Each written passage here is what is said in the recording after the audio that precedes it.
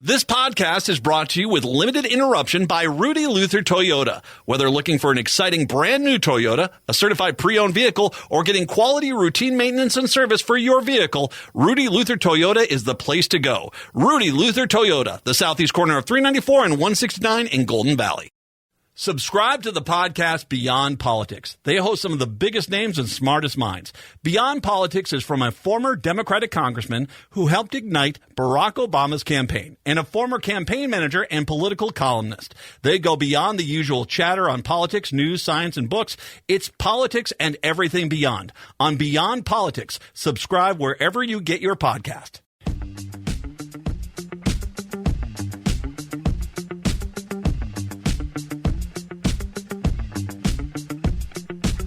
Broadcasting live on AM 950, the progressive voice of Minnesota. Broadcasting in the evenings on WCPT 820, Chicago's Progressive Talk. And in the nighttime hours, we're in Seattle, 1150 AM, KKNW. It is the Matt McNeil Show on your Wednesday.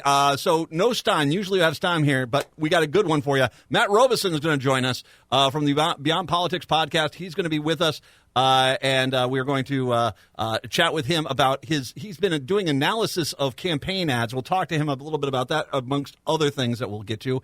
The 4 o'clock hour locally here at 4:30, Keith Ellison, the Attorney General for the state of Minnesota, who was just at the DNC, will join us and talk about his thoughts about that as we head into this election cycle. Patrick, how are we today? Doing pretty well. How are you today? I'm thinking I'm needing to actually do some acquiescing here. All right. So yesterday, now this was in the 4 o'clock hour locally here, which was the local hour. I talked about a story. Apparently, there's been an act of vandalism in the city of Grand Rapids at Grand Rapids High School in northern Minnesota. Someone snuck onto the high school tennis courts and repainted them for pickleball. And initially, the school was like, oh, who authorized this? Who did this? Because it's apparently measured out perfectly. And it was done concisely. This wasn't just some random slapping down. They measured out the lines, did all that stuff. Someone broke into the tennis courts of the high school and redid them for pickleball. And, of course, I made a joke or two about elderly people playing pickleball, to which I have received a little bit of brushback. Now, mind you, they seem far more upset with me labeling most pickleball players as elderly than they do at the fact that someone actually broke into a high school and repainted a tennis court so they could play pickleball, which, by the way, is going to cost the Grand Rapids High School like $10,000 to clean and fix because they still need their tennis court. And they even left a pickleball net behind.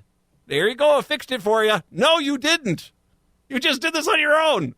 Oh, they should have just left it up because whoever came to the scene of the crime is going to be obviously the person who did it. Yeah, there's going to be a stakeout hiding behind the shrubs of the tennis court. Yeah, here come Elwin and Mabel. Looks like they're playing doubles today, so we'll wait for the other team to show up. Yeah, it's like 2 a.m., and you just see these two, 75-year-old people show up to play pickleball. This is why you will never see the television show CSI Minnesota. You just won't see it. You just won't see it. It's not like the other ones where here's a body part over here and here's a body part over here. No, it's more, who's the rapscallion who went out there with the paint can and did a very nice pickleball court? No, that's the kind of crime we get here. Oh, I know Republicans are going, no, never mind. I'll just get past it. All right. Multiple people commenting. I was biking past a court for residents in an apartment community the other day, and everyone playing were Gen Z. Now, I have, while at the gym running, flipped through television channels because that's basically now you can't do anything without a freaking screen in front of you. Flipping through channels, I went to ESPNU, and they were having the college pickleball championship. And by the way, they were pretty good. I'm not going to deny it. That was pretty good. I have zero doubt. It was more just the comment about the initial surge in pickleball playing was the elderly, and now it's becoming a much more of an appreciated sport. Yeah, forgive me, elderly people, if I mislabeled you. Forgive me, Generation Zers who have come after me like, dude, yo, bro, yo. I'm sorry. enjoy your pickleball majesty. 952-946-6205. 952-946-6205 is the phone number. I'm going to get into the next story here, but I want to preface it with two things which I think are important to get out there as context. Now, first of all, I am a veteran of the U.S. Army. I know. I was at one time your first line of defense. Yes, I'm very proud of that. I am very proud of that.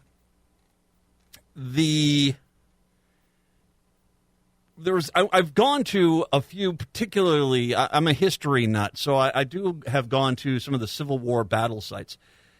And when you go to one of them, the brevity, the sacrifice, the tone, you cannot miss. I mean, if you understand what these soldiers went through in some of these contents here and just the insanity of some of these battles that happened in the Civil War, I have no problem freely admitting when I went to the Minnesota Memorial, and once again, if you want to read a story about bravery, the 1st Minnesota at Gettysburg on the second day, they saved the Union at a cost which is hard to even comprehend. And I openly wept.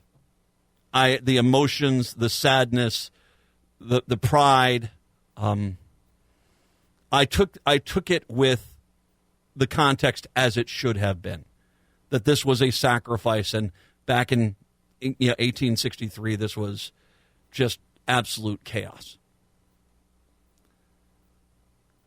When I have gone to military cemeteries, there is a large one here in Minneapolis, Fort Snelling. There is one north of us in the Duluth metro area. I have been to that one. I have been to, as well, Arlington. I was there. I was also been on a few on military bases. These are sacred, honorable places of rest for these people who have made the great sacrifice for our country. You treat that with the proper level of respect. That's what you do. I'll tie this all together here in a second here, but the second thing I want to mention before I get here is just some facts. Because Republicans desperately trying to take the foreign policy argument away from Kamala Harris have tried to portray Afghanistan as solely a Biden problem. Mistakes were made by Joe Biden. I'm not going to deny that. But the road that led to the death of American soldiers was paved by Donald Trump. Trump, not Biden, negotiated directly with the Taliban terrorists and excluded the Afghan army and the Afghan government because he wanted to make a deal, because he's an idiot. Trump, not Biden, drew down U.S. forces from 13,000 to 2,500, making them far more vulnerable to attack. Trump, not Biden, ordered the release of 5,000 Taliban fighters from prison, one of them who would become the new leader of Afghanistan. Trump, not Biden, wanted to invite the Taliban leaders to Camp David on the anniversary of September 11th. Trump, not Biden, agreed to a May 1st exit from Afghanistan, then bragged that he didn't need an exit strategy. Trump, not Biden, refused to even brief Biden's incoming transition team to the situation in Afghanistan. They had to find out the day they showed up. And Trump, not Biden, shut down every air base in Afghanistan except for one, crippling the U.S.'s ability to extract its assets safely. Those are all facts. Those are all facts. Joe Biden did make some mistakes in Afghanistan, but Donald Trump made a lot of mistakes, and he was the one who was responsible, really, for what ended up happening there, because he basically was spraying gasoline all over the place and flicking matches, and when it caught on fire, he said, Joe Biden did it. Those are called facts. Now, why am I bringing these two things up? Here we go. Two members of former President Trump's campaign reportedly had a verbal and physical altercation on Monday with an official at Arlington National Cemetery who tried to stop them from filming in an area where recent U.S. military casualties are buried. This was first reported by NPR. Details of the incident, which took place as Trump held a wreath-laying ceremony to mark the third anniversary of the attack on American troops as the U.S. withdrew from Afghanistan. 13 service members were killed during the attack at Kabul airport, a tragedy the former president has blamed on Joe Biden and Kamala Harris, which, once again, Joe Biden did make some mistakes there, but a lot of the mistakes were made by Donald Trump. A source told NPR that the staff of the 639-acre National Cemetery in Virginia had let the Trump campaign know that only cemetery officials are allowed to take photos or video in Section 60 where recent casualties are buried. Now, I want to make sure I make this thing. We're going to get into this a little bit because the families of two of the soldiers killed in Afghanistan had actually welcomed them, and they gave Trump's team a ability to photograph him at those headstones alone. That was the variance. Not to start filming commercials at Arlington National. That's what they had agreed to, and that's what his campaign had agreed to. Trump staffers repeatedly attempted, the Trump campaign know that only cemetery officials are allowed to take photos in the video of Section 60, where recent casualties are buried. Trump's staffers repeatedly attempted to do so anyway. When an Arlington National Cemetery official tried to stop them, the two campaign staffers verbally abused and then pushed the official aside. In a statement to media outlets, Arlington National Cemetery confirmed that there had been an incident on Monday, adding a report had been filed. And I'm going to take a guess here, having been to a lot of these cemeteries, that this was probably an elderly veteran, because that's a lot of the people who volunteer their time there.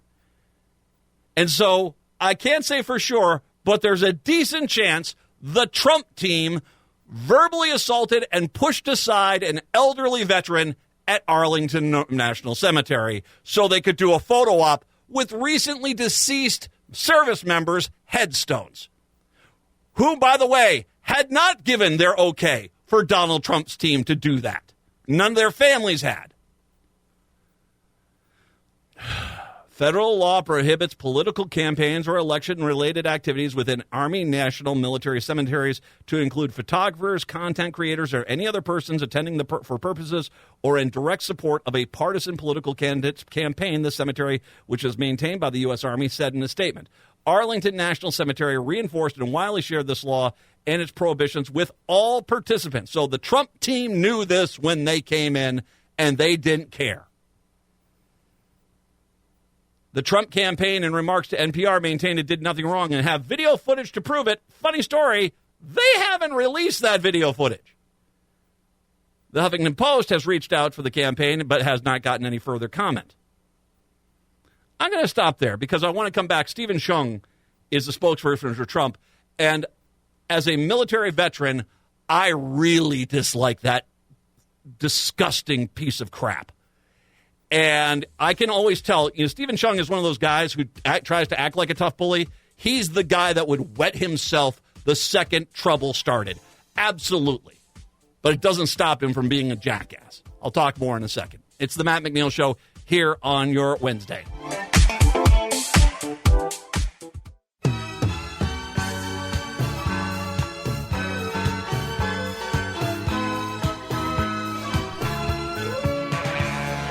It's the Matt McNeil Show. Good to have you with us today. 952-946-6205.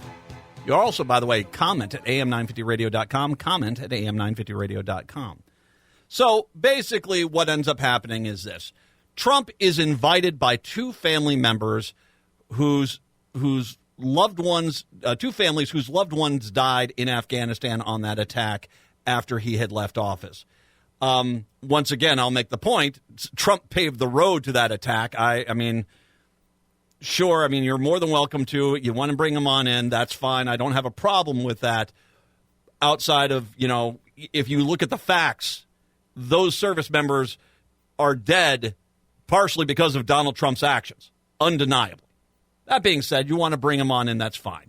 They are buried in Section 60. Section 60 is where the more recent casualties of combat have been buried. There are very specific rules about filming in this area. You just don't.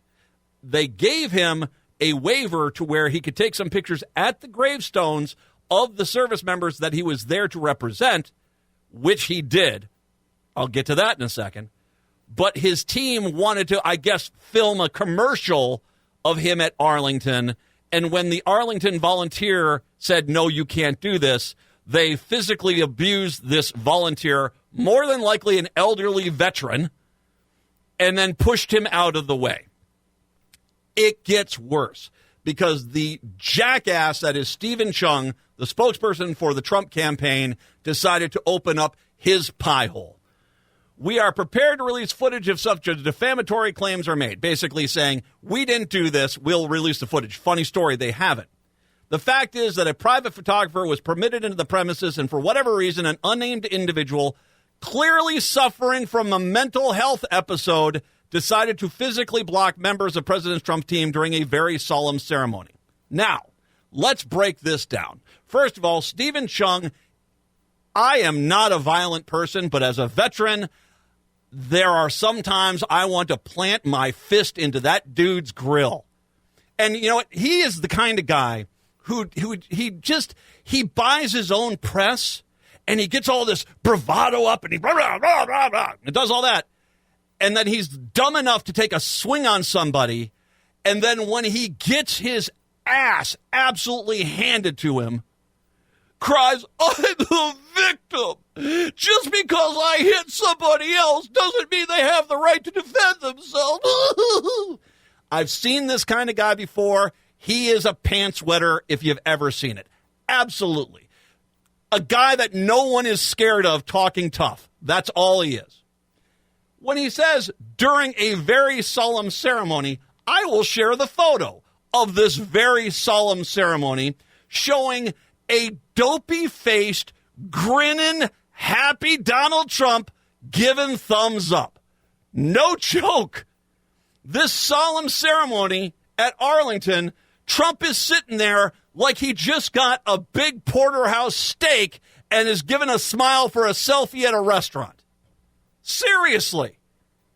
No decorum, no honor, no respect at all. Acting like he's at the opening of a freaking Toys R Us. Disgusting.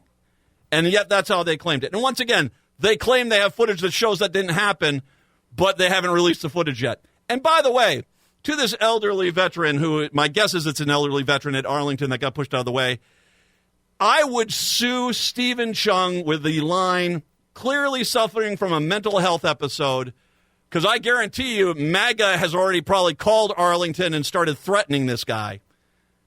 I would sue Stephen Chung for $20 million, personally, and the Trump campaign for another $100 million.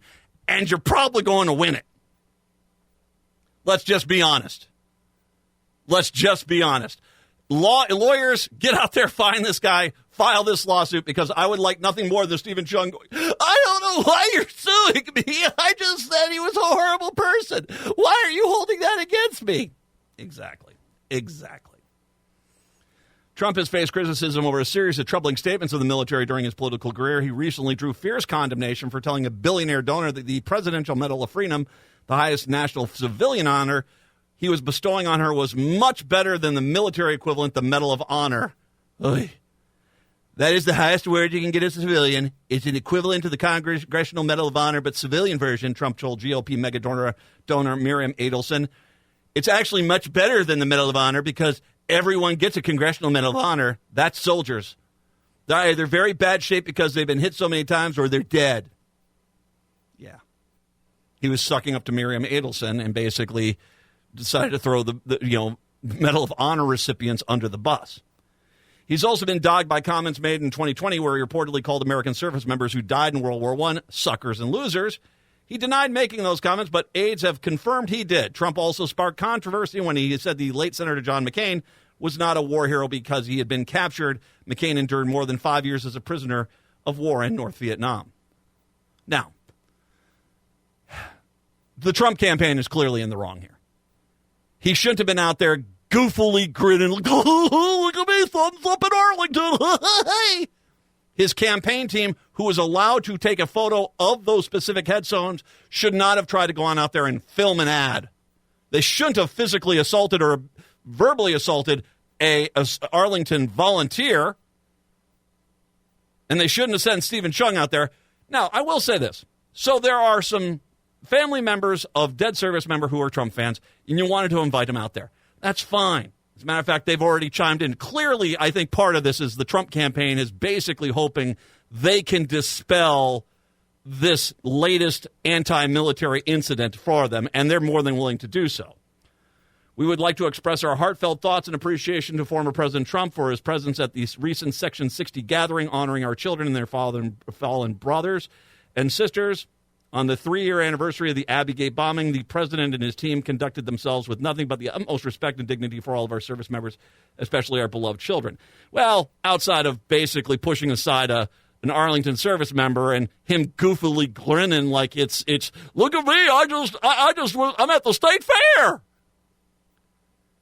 A source with knowledge of the incident said the official tried to enforce the federal law prohibiting political campaigns or election-related activities within Army National Military Cemeteries. Chung insisted was an individual having a mental health episode. Then the family put out, I guess, a second statement later. This is the one I'm guessing came after Trump came under fire. He'd been given our approval for President Trump's official videographer and photographer to attend the event, ensuring these sacred moments and remembrances were respectfully captured so that we can cherish those memories forever.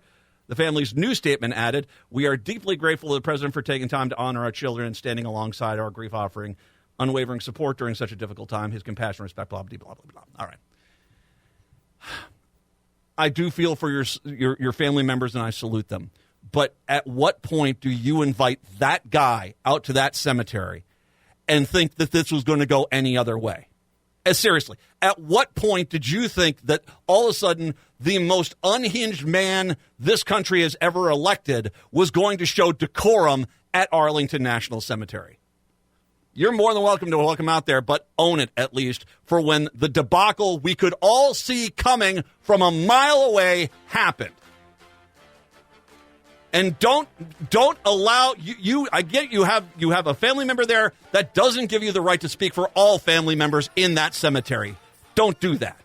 We'll take a break. Come back. Matt Robeson when I do return. It's the Matt McNeil Show.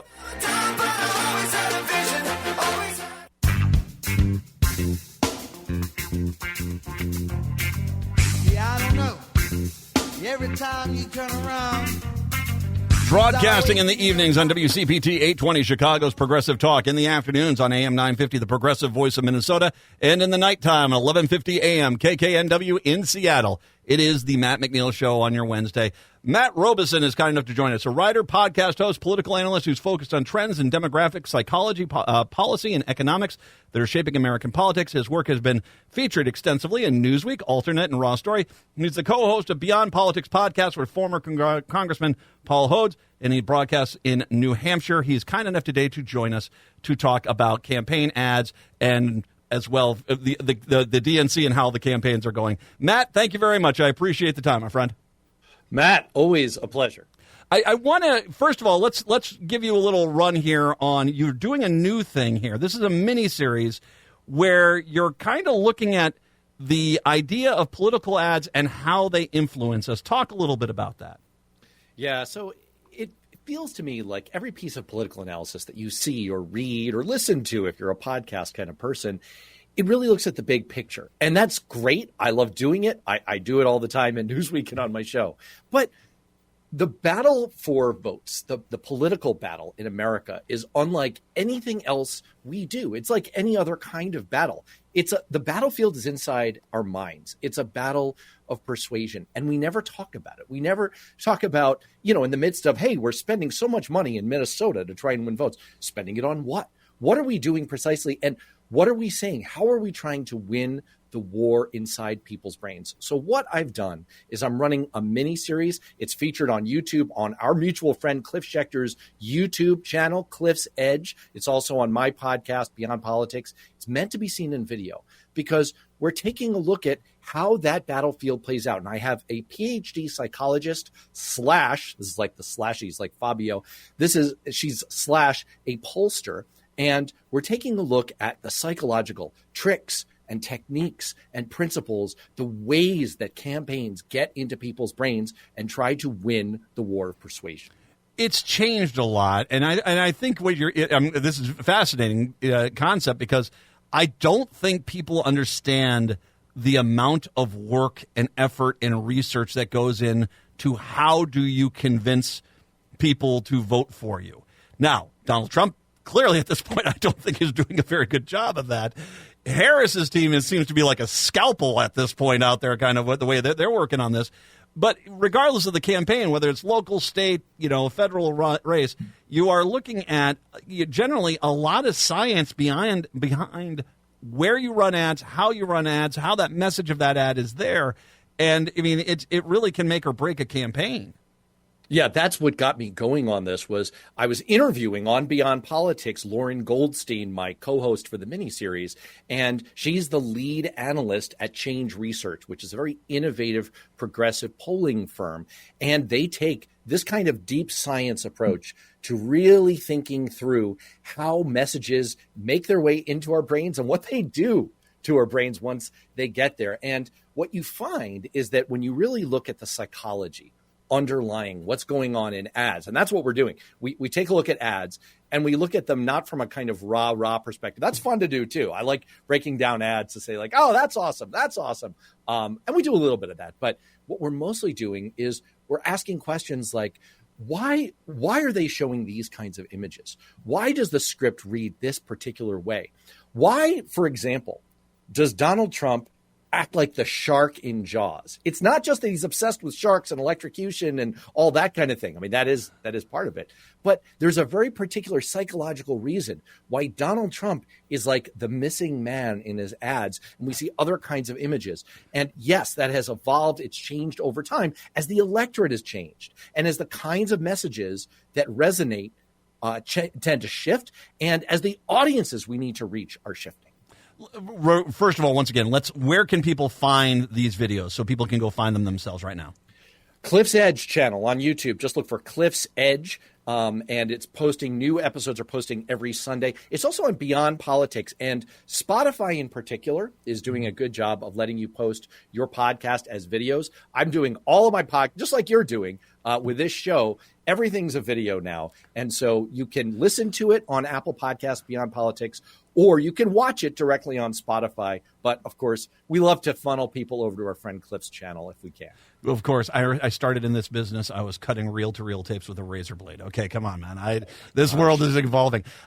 Let's step back then and talk a little bit about Trump, because his ads he's almost painted himself into a bit of a corner. His most ardent followers, MAGA, he can say, I'm Santa. And they're all like, he's Santa. It's that kind of brainwashing, which he loves. I mean, that's the adoration and the love that he loves. The reality is that doesn't sell to independents, to moderate Democrats. He comes off as it's been said, weird. And so he is in an interesting dichotomy of how he tries to present himself while still maintaining that mentality of, I'm just here to feed narrative validation to the people who love me most.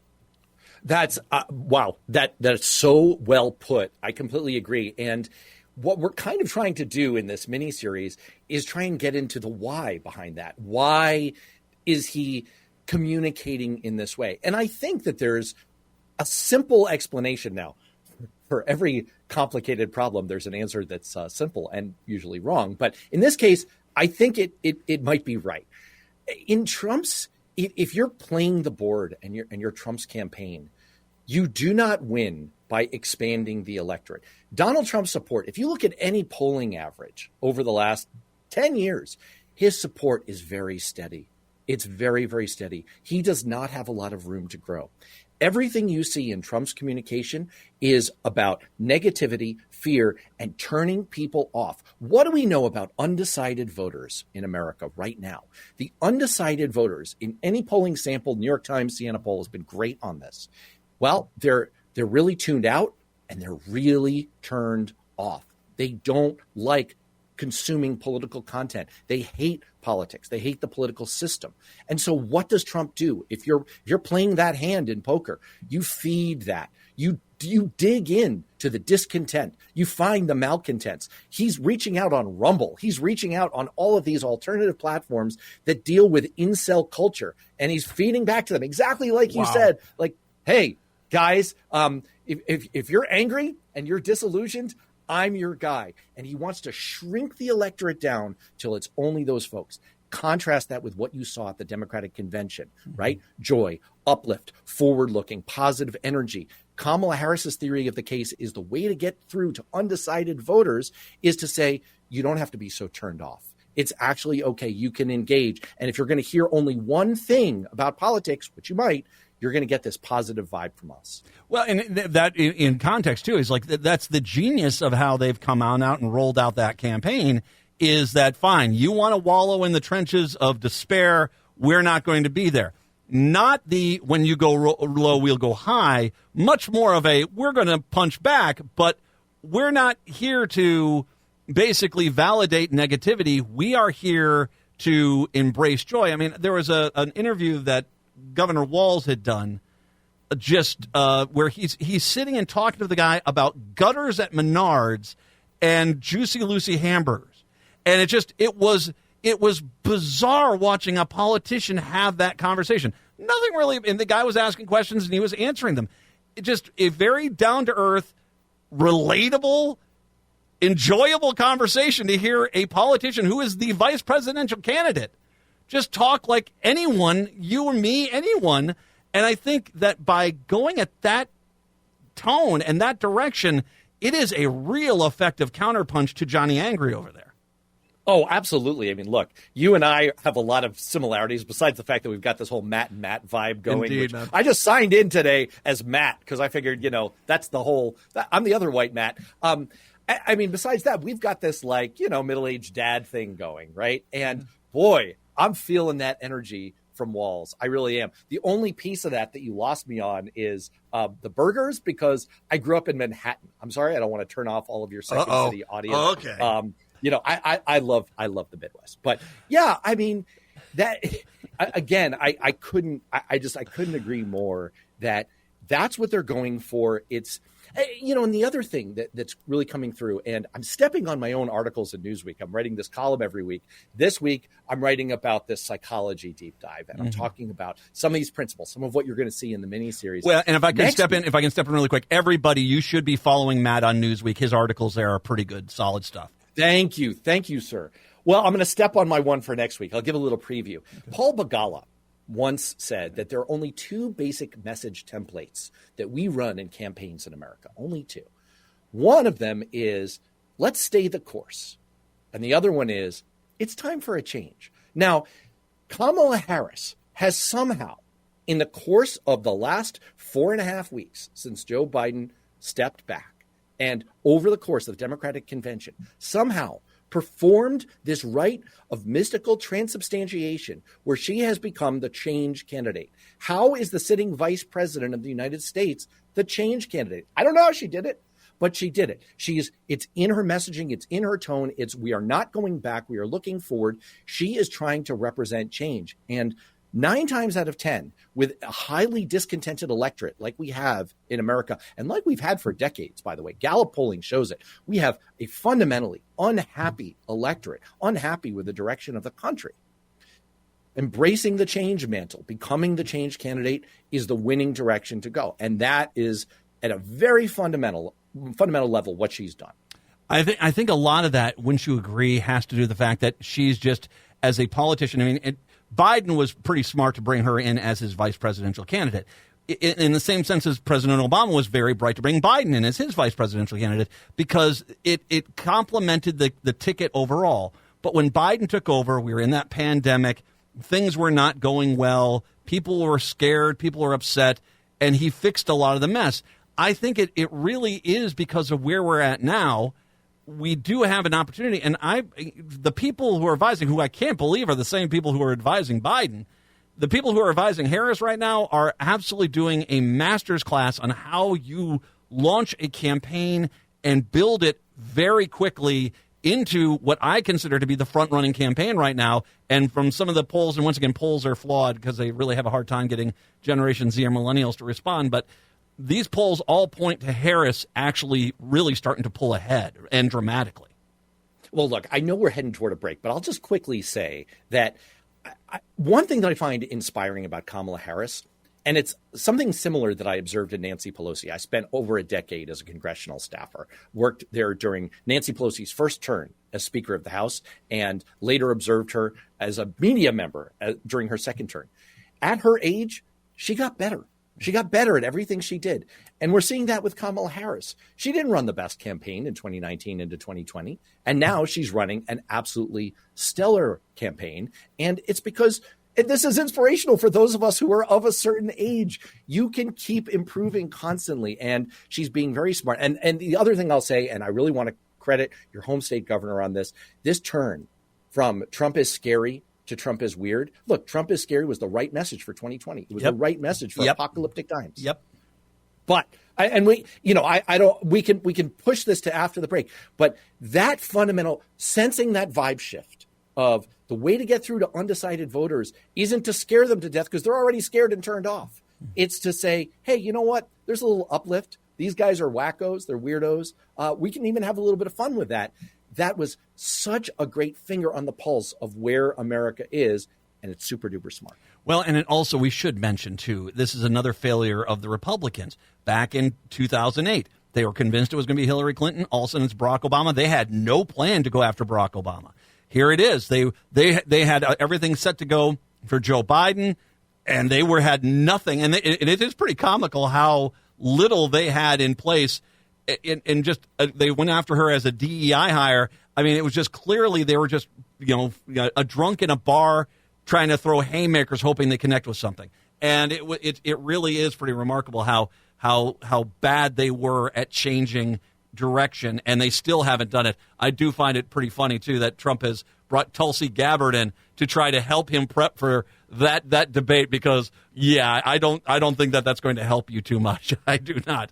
Matt Robeson is kind enough to join us once again today. We're going to take a break. Do want to remind you once again, you can find his videos over on the Cliff's Edge YouTube page. And, of course, you can find Beyond Politics, his podcast that is out there as well. And his articles in Newsweek, which I highly, highly, highly recommend you do read. We'll take a break. Come on back. It's the Matt McNeil Show here on your Wednesday.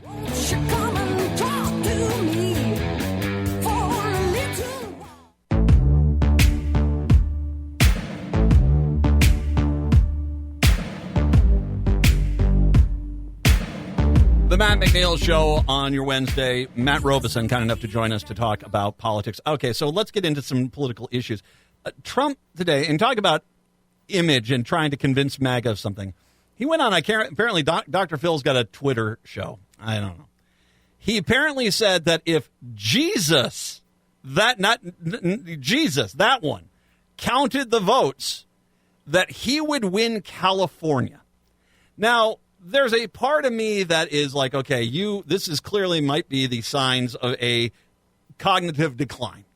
But at the same time, he is also very specifically, he's out there trying to convince people of this idea that, and especially his base, 100% of all voters agree with him. So anything other than him winning 100%, like a Vlad Putin election, it shows you there was fraud.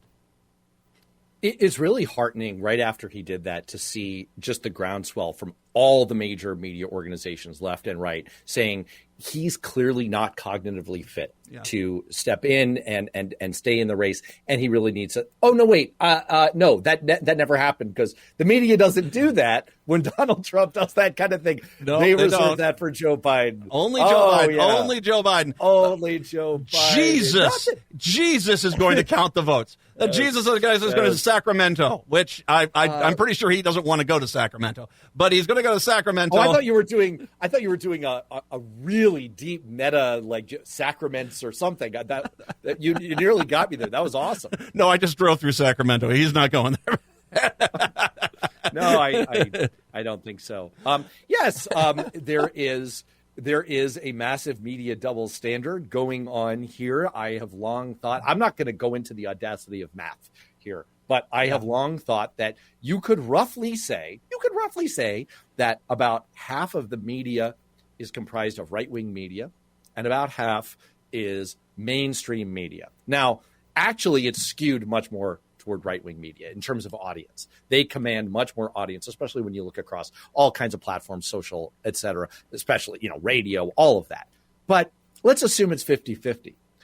Right-wing media is 100% in the tank for Trump at all times to Putin-esque levels, and mainstream media tries to do all this stuff where they pile on to Democrats to show that they're above the fray, fair and balanced, and generally keeping journalistic reserve. What is the result? 50% of mainstream media is against Democrats, and 100% of it, of right-wing media, is against Democrats. That means 75% of the media is against Democrats. And you see things like Trump getting a pass for yet another totally insane statement. As I've said it, it's this. It's that the traditional mainstream media is either owned by Republicans or they bow down to the conservatives who advertise there. And so it's not safe for them to attack Trump, but it is safe for them to attack Democrats. So at the very best, they're doing this just because it's easy and they can get away with it. At worst, it's part of a larger plan. That being said, there are some things that come through, and I want to last thing I want to get into you with is Florida and Texas. Now, Texas is shockingly close. I think that has a lot to do with Ted Cruz is not exactly the most popular guy down there. But Texas is actually close. But it's Florida that really is going to be a fascinating state. This is a state that voted for Obama twice there. The latest poll, abortion rights constitutional amendment there. The latest polling shows it at 61%, which would pass. And the first thing I saw when I saw that is like, wait a second here. You're saying to me that could pass, and yet 11% will then defect back to the guy who took away abortion rights for them in the first place with the Supreme Court. I'm looking at Florida right now, and I'm thinking that Florida might be a huge win, or at least a surprise. It's definitely going to get close. They've been pouring money into it. I think Florida is definitely in play this time.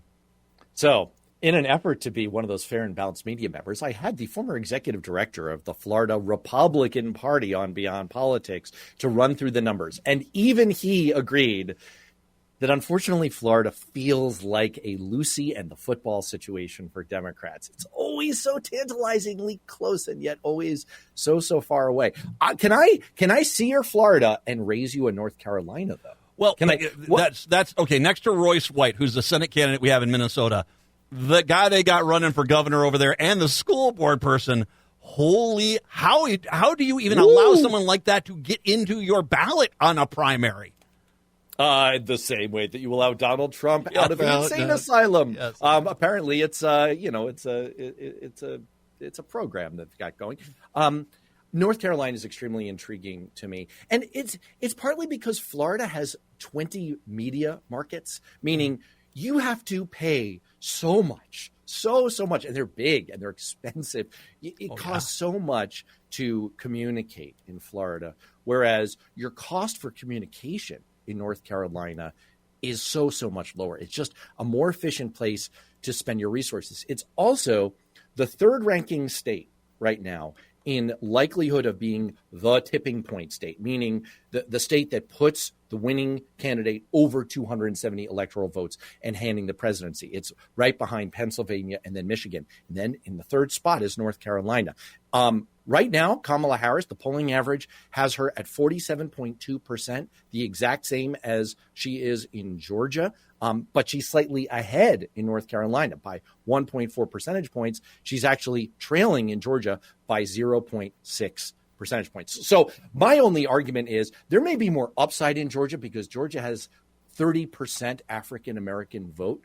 It's closer to 20% in North Carolina. So there's perhaps more room for Kamala Harris to grow. That's why she and Governor Walz are on the road in rural Georgia counties today as we record this. But I'm getting kind of frisky feeling about North Carolina. I think you're absolutely right about North Carolina, and I think when you look at that governor's race, the Democrats in the lead by 10, and that's on the closer polls. And so then the question comes back is how many people will go into that ballot, vote against the Republican, and then change for the rest of the ticket. And it's you get 5-6 points in that, but you need to get more than that, and you don't see that. And so that candidate could end up costing, him alone could cost him Trump, North Carolina. Absolutely. No, there could be a case of reverse coattails there. I mean, look, there are good things going on in Georgia as well. There's a backbone there, but I think it's very promising, and I'm go Tar Heels. I agree with you. Georgia is going to get interesting. Remember, Biden wasn't supposed to win Georgia, and he did. And so we'll have to keep an eye on that state. Matt Robeson, Beyond Politics is the podcast. You can go to Cliff's Edge, catch his videos breaking down political ads, and Newsweek. Follow him in Newsweek and read his articles there. Matt, as always, you're welcome back anytime, my friend. It is always the highlight of my week, my month, whatever time it is. Take care, my friend.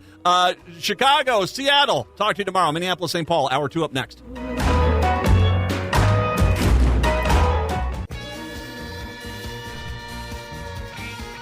Hour number 2 of the show here on Wednesday. And by the way, just FYI, Stein's off this week. Next week, he'll be back in 2 weeks from today with his usual 952-946-6205. 952-946-6205. Patrick, I don't think it doesn't look like J.D. Vance is doing too well here with the whole Arlington cemetery story. I would imagine he is not. So I'm excited to hear what the latest gaffe is. Well, they want to. He basically, once again, they want to make it seem like, well, there just was a discussion there. No, you were trying to photograph recently deceased headstones at Arlington when you were specifically told not to, and when someone tried to stop you, you apparently verbally harassed them and pushed them aside. Well, J.D. Vance, you heard a little bit of him in the news there, where he's talking about, it's like, they're making a big deal out of it. But then he basically, and I don't know the whole context here, so I'll just go with it. But once again, there is a contrast here this election between joy and hate. You tell me where this one falls in. J.D. Vance, in regards to Kamala Harris, as he's addressing the Arlington cemetery story, which Kamala Harris had nothing to do with it, she can go to hell. That's what he says to her. Boy, they are really doing a bang-up job at dispelling this thing that they're just a bunch of angry hate merchants, See, the thing that I keep waiting for is when somebody on the right will finally say, it just sounds like something that they would do and something they would say because he's insulted Gold Star families, he's mocked the Medal of Honor recipients, he's called World War I veterans suckers and losers. At what point do we just finally go, it just sounds like something they would say? Well, all you have to do is look at the photo. I'll post the photo on social media. I saw it. I couldn't believe it. It's like it's like he just got an Arby's beef and cheddar, and he's got this big smile on his face. Dude, you're standing at Arlington National Cemetery with all the headstones of recently dead soldiers, acting like, hey, look at me, I won the lottery. Unbelievable.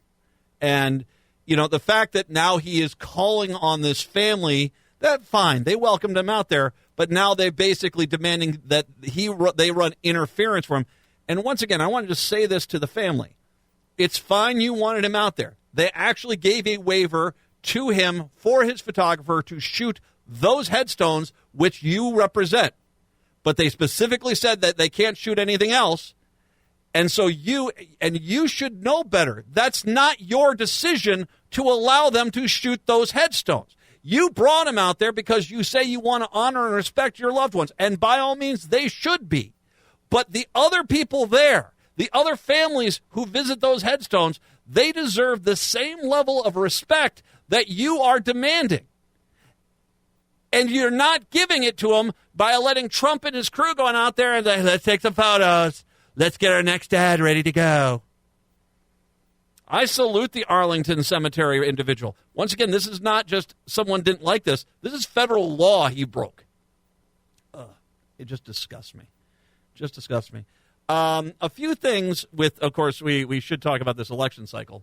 The first thing I want to say is the Minnesota TFL has a video out right now, and this is kind of hard to even comprehend.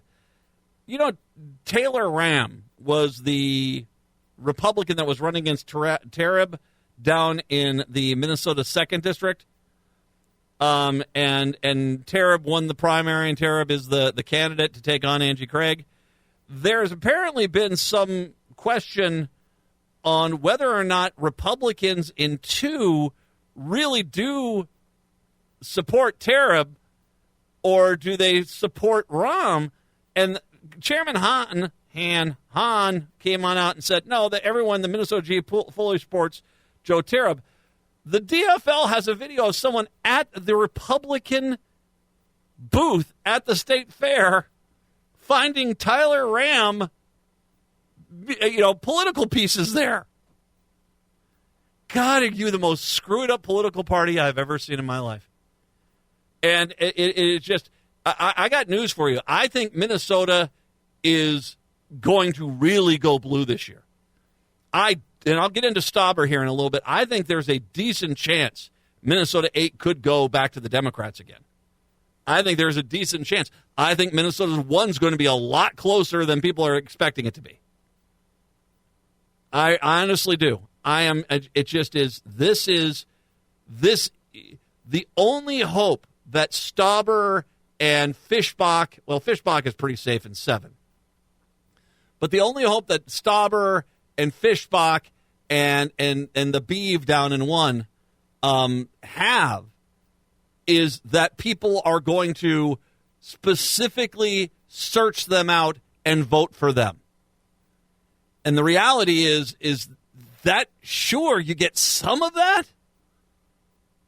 but you're not going to get a lot. And right now, Amy Klobuchar, she's pretty much a slam dunk. Judging by the excitement over at the state fair, and I'll talk to Keith Ellison about this coming up here in a little bit, I think Republicans are in trouble in this state. I think they're in really big trouble. The other thing I want to mention is Lieutenant Governor Peggy Flanagan will be ready to run for governor if people want her to serve. Governor Walz is the elected vice president. Flanagan said in an interview to the Star Tribune's booth at the state fair that she is ready to step into the role of governor. And she said she would be ready to, pardon a second, I got to shuffle through my briefs here. She would be ready to seek the office under her own name in 2026. If the people of Minnesota want me to continue to serve, I am absolutely open to that. Flanagan said, but whether she serves in government or returns to the nonprofit sector after the next election, Flanagan said she'll have had the same goals. My vocation is always the same, to make sure people are seen, heard, and valued.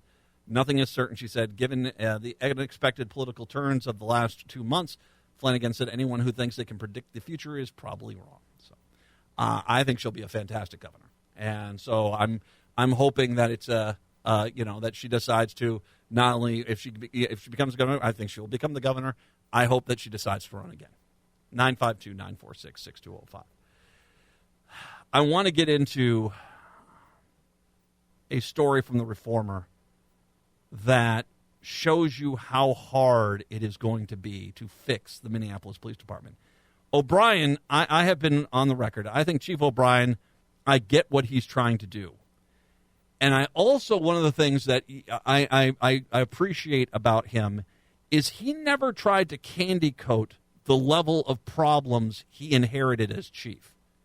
Because they had this culture, the warrior training culture, the Bob Kroll culture, where it was a very aggressive police department that treated the city of Minneapolis as their prisoners, not as protect and serve. And they did. And you're basically, no, under the previous police department jurisdictions, you don't have Jaleel Stallings happen unless you have police officers that think these scumbag citizens of this city need to be taught a lesson. That was you guys. And you guys, warrior training, choking maneuvers. For God's sakes, Derek Chauvin. I understand what Chief O'Brien's trying to do, and I kind of like Chief O'Brien. So I hope he has success. But this story gives you an idea of how far this has to go. Minneapolis Police Department officers reportedly using physical force against suspects more than 1,000 times in 2022, one of the highest per capita rates for police force in the nation, according to the data released this week. Minneapolis Police Department officers reported using force at the same rate in 2022 as they did in 2020, the year George Floyd was murdered by Derek Chauvin. Over the same period, police use of force rose precipitously in neighboring St. Paul, roughly doubling from 2018 to 2022, according to the data. On a per capita basis, St. Paul police are now more likely to use force against suspects than the Minneapolis Police Department officers. What's going on over there, St. Paul? St. Paul and Minneapolis are now ranked 3rd and 4th in the nation, respectively, for the frequency of police use of force among cities with more than 100,000 residents. The Minneapolis and St. Paul Police Departments did not respond to requests for comment. The data were obtained via public records requests and analyzed by the nonprofit group Mapping Police Violence, which tracks police shootings, use of force, including weaponless physical techniques like restraints, punches, and takedowns, as well as the use of weapons, including pistols, tasers, batons, chemical spray, and the K-9 units. Because there is a considerable variation between police departments on how they track and report officer uses of force, the study adjusted the raw data to enable as much possible apples-to-apples comparisons between the departments, but accurate use of force numbers rely in large part on the ability and willingness of individual police departments to collect the data. Nationwide, police use force against people about 300,000 times each year. According to the report, the number is smaller to an annual estimate released by the U.S. Department of Justice in 2015. About one-third of those incidents results in injuries to the suspect, so 100,000 cases. 80% of those suspects, by the way, that receive injuries were not armed. Because I can already tell you, when I say 100,000 people had police use force against them, the first thing you can always hear is the police apologist going, yeah, because they deserved it. They got what they got. Well, 80% of them were unarmed. Oh. Yeah, that's a little disturbing, isn't it? That basically 80%, 80,000 people, judging by these numbers, were attacked by police officers and were not armed. The vast majority of the people who police used force against were not alleged to be involved in any violent crime. Once again, they deserved it. Well, the vast majority of people who the police use force against are not alleged to be involved in any violent crime. Oh. A 2023 Justice Department report found that the Minneapolis Police Department violated residents' civil rights by using excessive force, including unjustified deadly force and unreasonable use of tasers. The department used force against people suspected of petty crimes who committed no crime at all. Officers used force to punish people who made them angry or criticized them, the report found, and frequently fired their guns in situations where there was absolutely no immediate threat. The report found that officers used force to make people do things that they had legal right to refuse, and also gratuitously became physical with suspects who were already restrained. The Mapping Police Violence data shows that MPD's use of batons and other impact weapons increased dramatically from 10 incidents in 2019 to 78 incidences in 2021. The department's use of tasers is also up from 78 incidents in 2020 to 108 in 2022. The Mapping Police Violence in Minneapolis covers the period prior to the Department of Justice report and subsequent constant decree. The data also shows that police in St. Cloud use force at even higher rates than those in Minneapolis and St. Paul. In 2022, officers in the city of 70,000 reported using more than 450 times. In per capita terms, St. Cloud officers used force more than twice as often as those in the Twin Cities, but the city is not included in the report because of its relatively small population. In addition, the report found significant racial disparities, with MPD officers using force against black people far more, 8 times more as frequently as they would use against white people. Now, if I'm not mistaken, if I remember correctly, that Arredondo was the chief for most of 2022 when this happened. O'Brien, I think, came in late 2022. And once again, it was definitely kind of one of those cases. Just really quick here, Kent, Washington is the worst city. Indianapolis second, then St. Paul, then Minneapolis. I'll come back to this. I'll tell you what, let's take a quick break. When we come on back, Keith Ellison, the Attorney General of the state of Minnesota, is kind enough to join us today. We're going to talk a little bit about Kamala Harris, Governor Walz, and the campaigns coming on here in Minnesota. It is the Matt McNeil Show here on your Wednesday.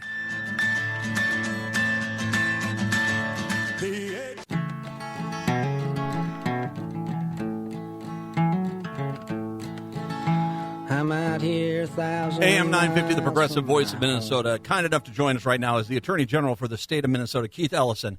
He is kind enough to take some time today to talk about the Harris Walls campaign in the state of Minnesota. Mr. Attorney General, thank you very much. I appreciate the time. Great to be with you. Thank you very much for having me on. No, I am anxious to talk about housing. Oh, well, and first of all, thank you. This is an absolute privilege to chat with you. You were at the DNC out there. You had a great speech out there. Just before we get into the housing issues here that Harris is, Vice President Harris and Walls are going to talk about, let's talk about the DNC. Your thoughts there as you were there in Chicago. Well, you know what? We came together. We launched out of that convention as a unified party. I was excited about that, hearing her message of unity. We heard from a diverse group of people, including union members, including people who served in our armed services, including some Republicans, and of course Bernie Sanders. So the progressive wing was well represented. AOC gave a rousing speech. So I felt like we had a big tent, from the right, center right to the left on the spectrum, and many people in between. So I thought it was a great convention. It was fun. It was exciting. We had a lot of very important conversations: housing, wages, lifting up labor. I actually helped co-host a panel, first time ever, where the voices of Palestinian Americans were lifted up and heard very clearly. And so I thought it was a great convention, and I feel we're ready to win. We got 70 days, 69 days to go, and I think we're on a path to victory. We are in a very unfamiliar territory as far as a political campaign goes. To be able to launch it a month ago and to be where we're at today, it is usually something where we get the ability to talk about specific policy issues in a much more long process. But now it's I like the fact that we're having Democrats across the country get out there and talk about specific issues that the Harris Walls campaign is going to champion. You want to talk about housing today, and this is something I am glad this is being addressed, because this is an inner city problem. This is an everywhere problem. Every community right now has a massive housing shortage, and it's not getting fixed. Well, let me tell you, the reason I'm excited about it is because I can't remember the last time that housing was a presidential agenda item, right? I know that President Lyndon Johnson talked about housing. He passed a fair housing law. But since then, housing has not been a central item, and now it is. And so I'm excited about it. I think that having a goal of 3 million more housing units is very ambitious, yet doable. Helping people with housing assistance, very important, particularly for young people. People who, in their 20s and 30s who still haven't been able to get that house yet. I think that's a big, big deal. Encouraging local communities to change their zoning laws so that there can be more housing and it won't be restricted by local housing restrictions. I think these are all very good ideas. One of the things that I've been doing, and that the Harris administration wants to do, is to really stop some of the bad landlords. And again, there's a lot of good landlords. Yes. But there are some bad ones, and I've had to take them to court myself. And in a very tight housing market, landlords who don't want to do the right thing have a freer hand to do the wrong thing because they got lines of people lined up to buy their unit. So it's like, if you don't like the fact that I haven't fixed the plumbing or your window or whatever, I got 5 people who want to rent this unit, so suck it up and deal. Mm-hmm. And people shouldn't have to do that. That's not what the law requires, and yet that's what the market is setting up. Again, standing up for the good landlords who don't do that, but recognizing that not all landlords are good landlords. So, that's sort of what she's doing, and I'm very excited about it, because it is a way to help people afford their lives, a way to reduce costs, and I'm glad to hear about it. And you bring up, that point is exactly right. With a lack of housing, bad landlords can take advantage of people. Getting more housing options out there is a good thing. When you look across, whether that's the Twin Cities Metro or across the rural parts of the state, one of the problems is, and you brought the zoning issue, which is absolutely a huge problem, but as well, it's one of those things where we've got a system right now where when a house does get built, it's this massive 5,000, 6,000 square foot mansion. That's the one they're building. What they're not doing is practical 1,000-foot to 1,500-foot housing for starter families like we did in the 1950s where we had them everywhere. How do you encourage construction companies and cities to get out there and say, you know what, we need to get it's time for us to revisit the 1950s and start building neighborhoods again? By changing the tax incentives, right? I mean, right now, with many of the housing tax laws and things like that, the way they are, they incentivize the McMansion. Like, the one of the mortgage interest deduction, right? You can, that goes up to houses that are quite expensive, quite big. What we need to do is have more houses that you can get in at that $200,000, $250,000, $300,000 level.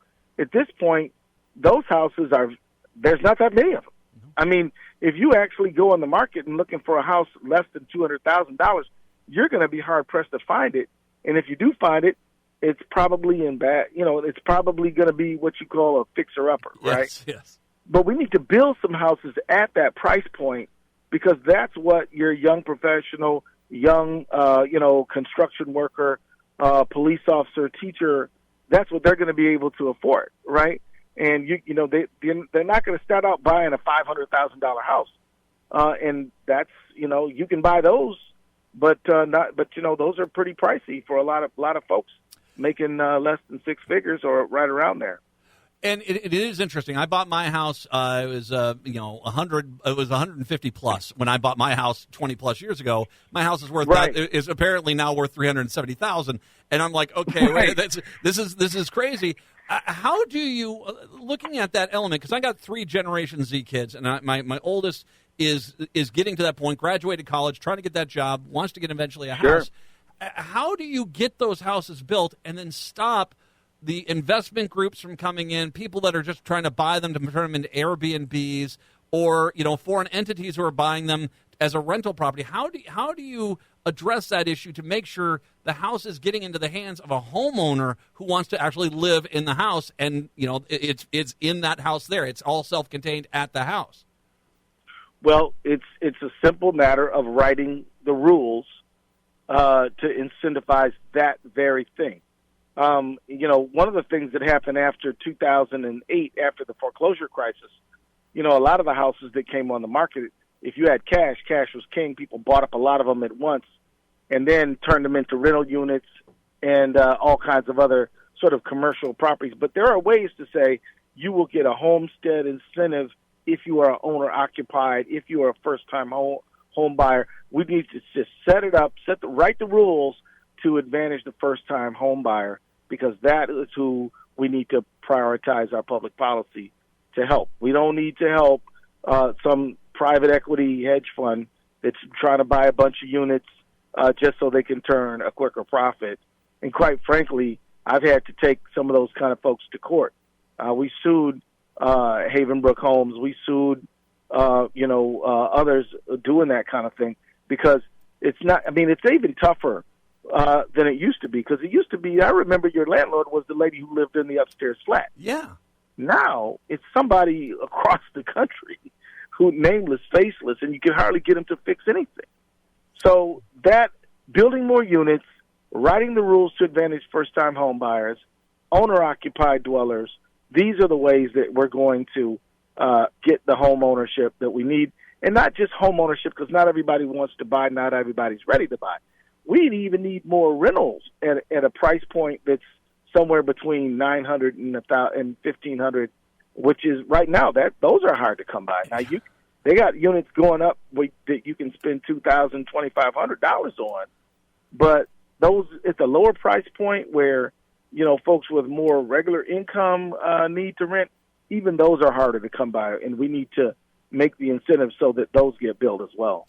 I want to talk more about apartments. Attorney General Keith Ellison is kind enough to join us today, talking about the housing platforms that the Harris Walls campaign is putting forward.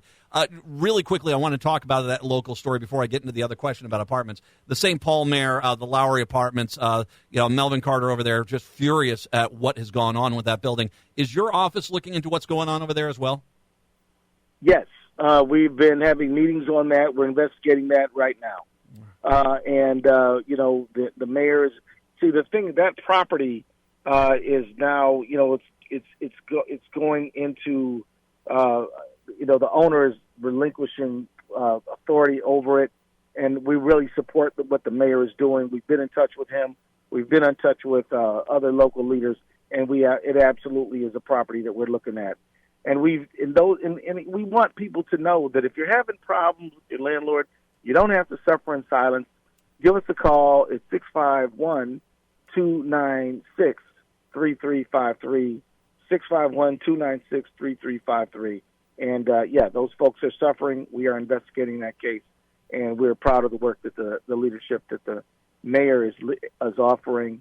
Also, State Legislator Maria Isa Perez Vega has been a real leader on that as well, Absolutely. As have other leaders in the community. So we're on it with them, and we're going to make a change there. And Mayor Carter has been doing a great job there. But this backs up your point earlier. If we have a lack of apartment complex, stuff like this happens.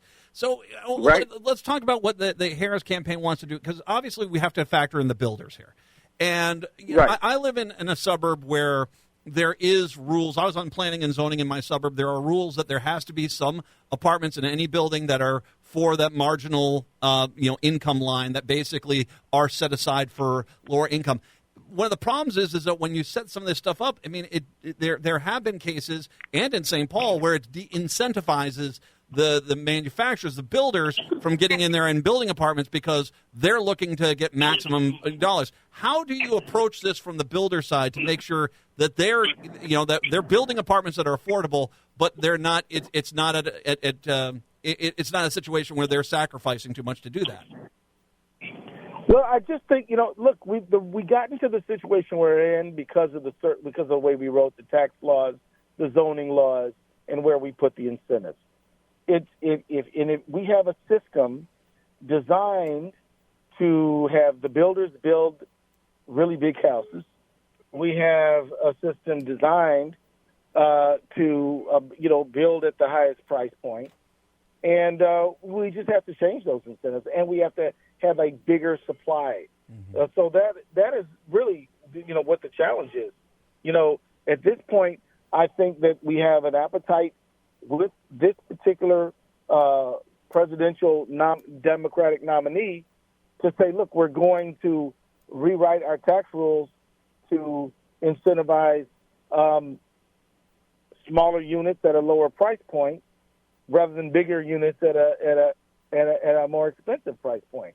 Where we can write our rules to say that if you're a builder or a developer, that we want more workforce oriented housing. It's just a matter of making sure that we get rid of some regulations, like some of those zoning laws that, quite honestly, if you say that your frontage has to be this size and only related people can live in the unit, and other things, you just make it a little tougher to put in some of the triplexes and the duplexes in there that could fit in very nicely in the neighborhood, but they're not zoned for that. We have to have a few things more relaxed, and we have to have more incentive for builders, and we have to have the right tax incentive. Not hard to do, just what you plan for. Attorney General, you and I are the same. I'm very optimistic about how things are going here. Vice President Harris has been a definitely incredibly positive jolt of positivity and joy. There are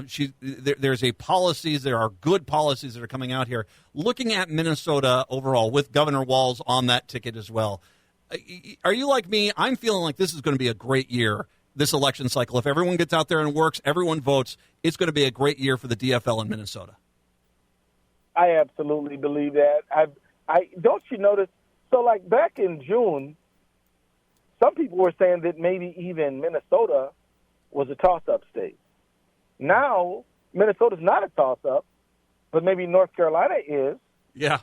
And more available for Democrats to win. Things have changed. I know that the Harris Walz campaign is putting money into Georgia, and I know we're working really hard in Minnesota because we still want to make sure that we win a Democratic House majority. We want to return Angie Craig back to the Congress. She's a great candidate. We need to get behind. And honestly, I just want to remind people that Minnesota's most successful Democratic politician, who is Amy Klobuchar, is on the ballot. And just because her opponent is way out there doesn't mean that we don't need people to be working for her as well. It's not in the bag. Nothing's ever in the bag. Yep. And you get what you work for. So let's not think that, oh, she's got it, so we don't have to worry about it. Yeah, we always got to worry about it.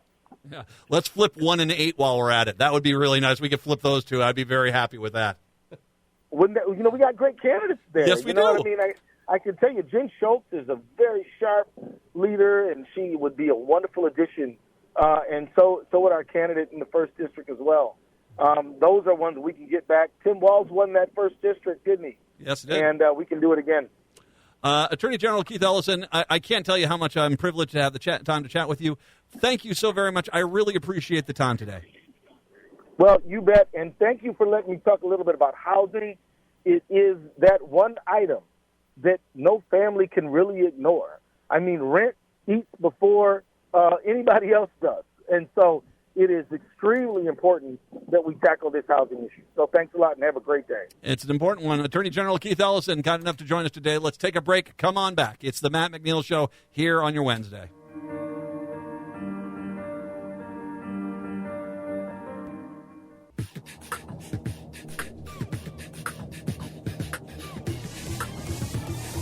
Wow, that was nice.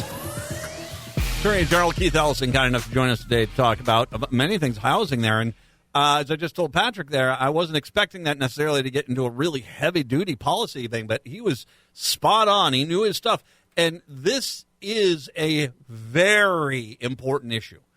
I would make the argument the two biggest issues which are vital for the day-to-day existence of people in the metro, in the suburbs, statewide, even in the most red districts, are housing and daycare. Because you can't find either one of them. And we need to have policies. I mean, it is unfortunate. As he said, this wasn't one thing. There's zoning issues, there's laws, there's tax laws, there's a de-incentivizing of the builders. You have a lot of things that have gotten us into this housing issue.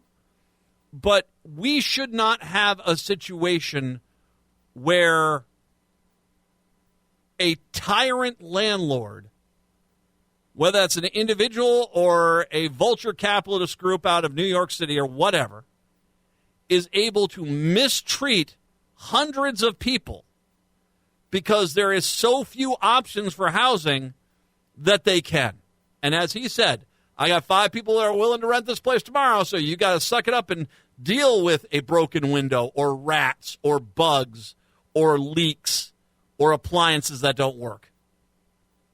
An elevator on an 11-story building that doesn't work and hasn't been working for a long time. Think about that. 952-946-6205, 952-946-6205. I will say I'm going to piggyback a little bit on what he had to say at the end there about how things are going. I just saw an image of Royce White outside the DFL booth today. So my guess is going to be no one showing up at your booth, huh, Royce? He decided to go where people were. I don't know what you were trying to do, but, you probably shouldn't. Your propensity into doing things which get you into trouble might want to steer you away from that. It's an image from 3 hours earlier. I'm looking. This is white dude for Kamala. Since he couldn't find anyone to talk to at his lean to up the street, Royce White decided to head down to the crowds are at the Minnesota DFL booth. Mind you, he had to walk past the GOP booth to get to the DFL booth from his booth. Unbelievable. He's right. The Attorney General was right. 4 months ago, Republicans were talking about Minnesota's got to go for Trump. With Governor Walz, I mean, take the state fair, which is an unscientific evaluation. But when I'm at the state fair on Sunday morning, and it was that god-awful hot day, I'll post some photos from that, by the way, coming up here a little bit later on today. When I'm at the state fair on Sunday, at 7:30, there's 30 people in the booth. At 8:15, there's 50 people in the booth. The next time I go past is like 11:30, 11:35. It was packed to the gills. You couldn't even get into the place. Then I walked past the Minnesota GOP booth, maybe 20 people in there. Maybe. I think I'm being generous. There's one person at the Royce White booth. One. The reality is Governor Walz now being on the national ticket is resonating. I have heard from people in the Minnesota 8th District who are saying that they are super excited about Governor Walz being on that ticket. You have Royce White, who I still think is, of all the candidates, the worst one the Republicans have come up with this year. Steve Bannon's own hand-picked choice. A truly atrocious candidate. I mean, just an absolutely horrible choice. As we've talked about before, he is the highest office in the state of Minnesota that's on the ballot. You need a good candidate. Even though you know you got to go against Amy Klobuchar, you need somebody out there who is basically going to at least not alienate Republican voters to help out the rest of the ticket. You want to take back the Minnesota House. You want to hold on to Minnesota 8, Minnesota 1. You want to possibly flip Minnesota 2. You couldn't have had this play out worse for you at this point. You couldn't. And I'll bring up the thing I mentioned at the beginning of this hour. Your candidate in Minnesota 2, you have literature for his opponent in the GOP primary at the GOP booth right now. That is so inexcusable, it makes no damn sense. The primary was 2 weeks ago. The state fair started last Thursday. Was it 9 days? That was 9 days after the primary. And you guys have the guy who lost the primary, his literature in your booth. That's just poor mismanagement. That's a party that just doesn't care.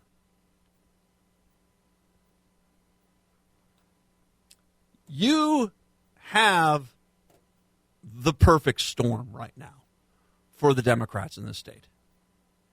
I don't think Stauber's unbeatable. I do not think Pete Stauber is unbeatable in any way, shape, or form. Nope.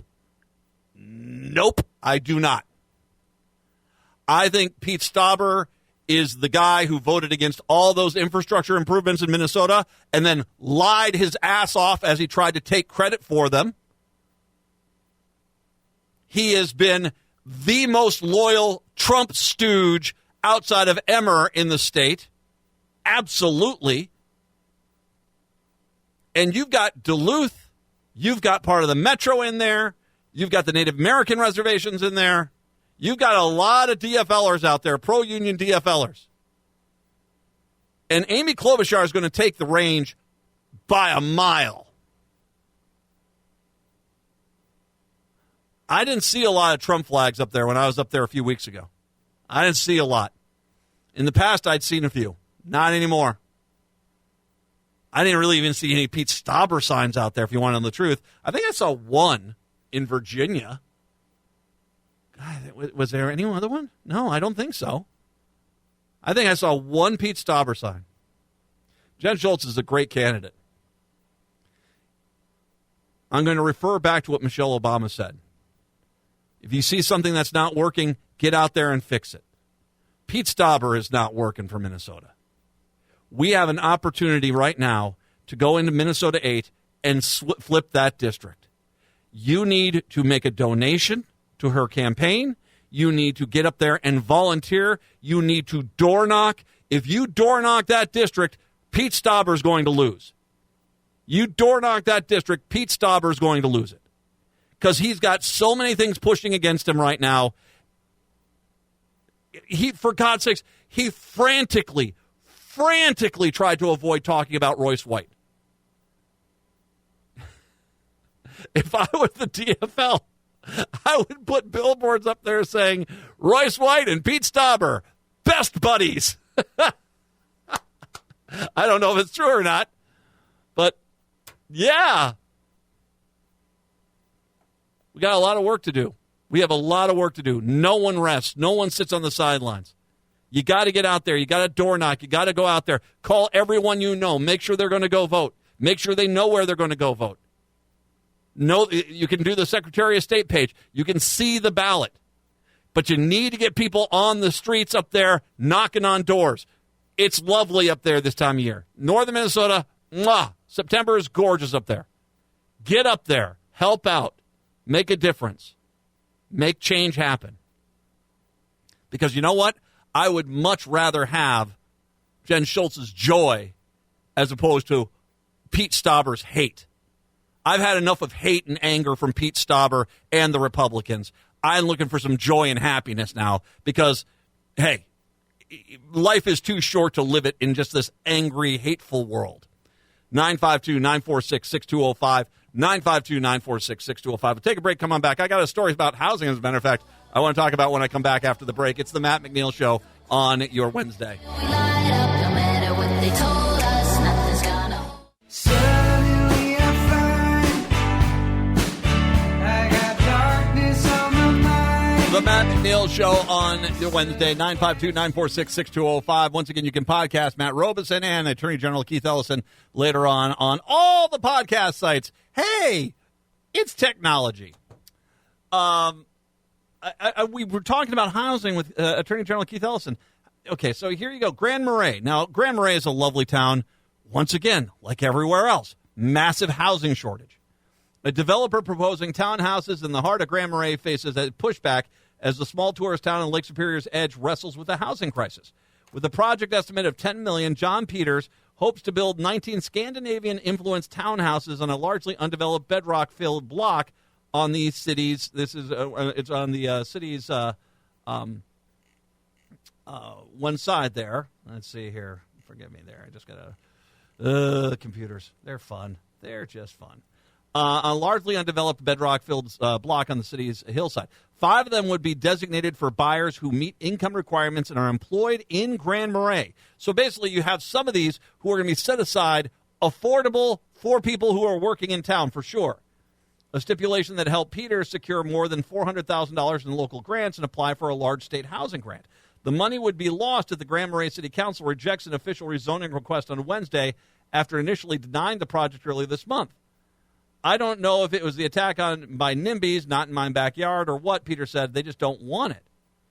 Neighbors of the proposed project site there say they are anything but NIMBYs, which is funny because then they just basically describe themselves as NIMBYs, arguing that it's the fight to preserve cherished green space and avoid long-term changes to the fabric of the community, which also serves as a gateway to the Boundary Waters. So once again, this is a project that is going to be built in a undeveloped, bedrock-filled block on the city's hillside. And they're like, it's cherished, bedrock-filled. It's NIMBY. It's not in my backyard. That's all it is. Allowing a project of this type to begin filling Grand Marais neighborhoods would lean to more second home owners and subsequent vacation rentals, said resident Linda Bauer, and threatening the town's tight-knit feel. At what point do we draw the line and say no? Because now we become the official playground of everyone else. We've got to move because we can't afford to stay here anymore. Well, they're trying to build cheap housing which some of that will be dedicated to the people of Grand Marais, and you're still saying no. How is this not NIMBY?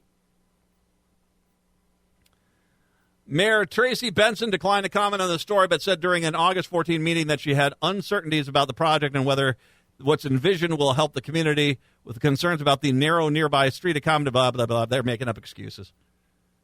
The 1,100 square foot townhouses, these are perfectly sized starter homes, would make up the development called Bjorkland, and the denser infill sort that would be relatively new to Grand Marais, where many people build a greater distances at the city center.